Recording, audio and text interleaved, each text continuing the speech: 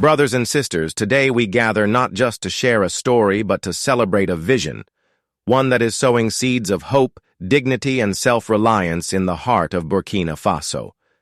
This is the story of President Captain Ibrahim Traoré, a leader whose bold actions are redefining what it means to build a nation from the soil up.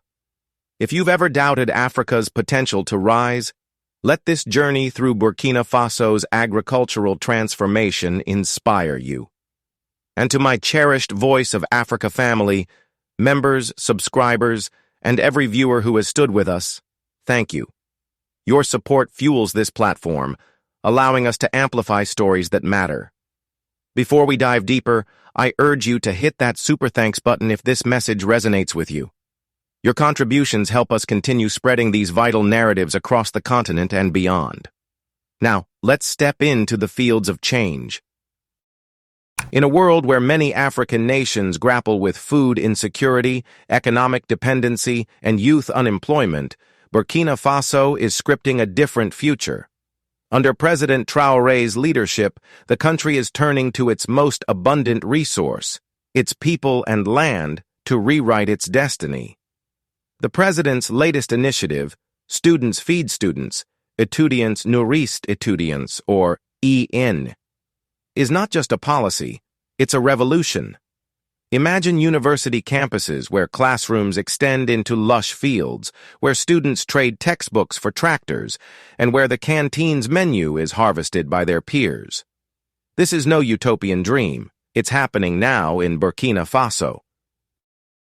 The program is rooted in a simple yet profound philosophy: produce what we consume and consume what we produce.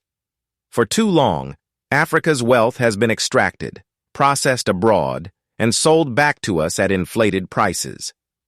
President Traoré is dismantling this cycle. Through ENE, agriculture is no longer relegated to the margins of education, but is central to it. Students are trained in modern farming techniques, livestock management, and fisheries through the Agricultural Technology and Valuation Incubator, PITVA. These incubators are more than training grounds. They're launch pads for agripreneurship.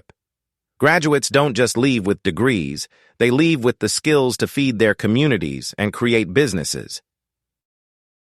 Consider the ripple effects. University restaurants now serve meals grown on campus, fresh, organic, and affordable. No more reliance on imported rice or frozen fish. The prices are kept low because the supply chain is student-owned, cutting out exploitative middlemen. Healthier students, empowered youth, and a thriving local economy, all from a single visionary policy. But President Traoré's ambition doesn't stop at campus gates. He's investing billions into mechanization, acquiring state-of-the-art farming equipment, and building processing plants to add value to local produce. A tomato processing factory in Bobo Dioulasso, for instance, now turns farmers' harvests into paste, replacing imports and creating jobs. Before we explore further, let me pause to thank you, the Voice of Africa community. Your engagement, likes, shares, comments, keeps this channel alive. To our members and subscribers, you are the backbone of this mission. Every time you hit super thanks, you're not just supporting content. You're investing in a platform that uplifts African stories of resilience and innovation. Together, we're ensuring leaders like President Traoré aren't overlooked. If you haven't yet, consider contributing through super thanks. It's a direct way to help us spotlight more game changers shaping our continent. Now, back to Burkina Faso's Green Revolution. What makes Traoré's approach unique is its holistic vision. This isn't just about planting crops, it's about planting pride. For decades, farming was seen as backward, a last resort for the uneducated. But by integrating agriculture into higher education, Traoré is rebranding it as a noble, intellectually rigorous, and lucrative career. Students aren't just laborers, they're innovators using technology to boost yields and sustainability. The results speak for themselves. Food sovereignty is rising, youth unemployment is falling, and rural communities are thriving. Take the PITVA program, Students manage every step of production, from tilling land to marketing harvests. They learn to navigate challenges like water scarcity through irrigation projects managed by the National Office of Dams and Hydro-Agricultural Development. At Thomas Sankara University, students transformed a barren plot into a thriving agroforestry site using drought-resistant crops and solar-powered irrigation. "We're not just growing food, we're growing solutions," said Fatima Sawadago, a final-year agronomy student. Upon graduation, a startup fund helps them launch their own agribusinesses, ensuring the cycle of growth continues. This isn't charity, it's empowerment. As one student put it, "We're not just growing crops, we're growing our future." But the impact transcends borders. Imagine if every African nation adopted this model. Universities in Nigeria, Kenya, or South Africa could become hubs of agro-innovation, slashing food import bills and creating millions of jobs. Traoré's model proves that solutions to Africa's challenges lie within, not in foreign aid or loans. As he often says, a nation that cannot feed itself is a nation in chains. Burkina Faso is breaking those chains, one student farmer at a time. Africa's youth population is booming, yet unemployment remains a ticking time bomb. President Traoré's answer? Turn the bomb into an engine.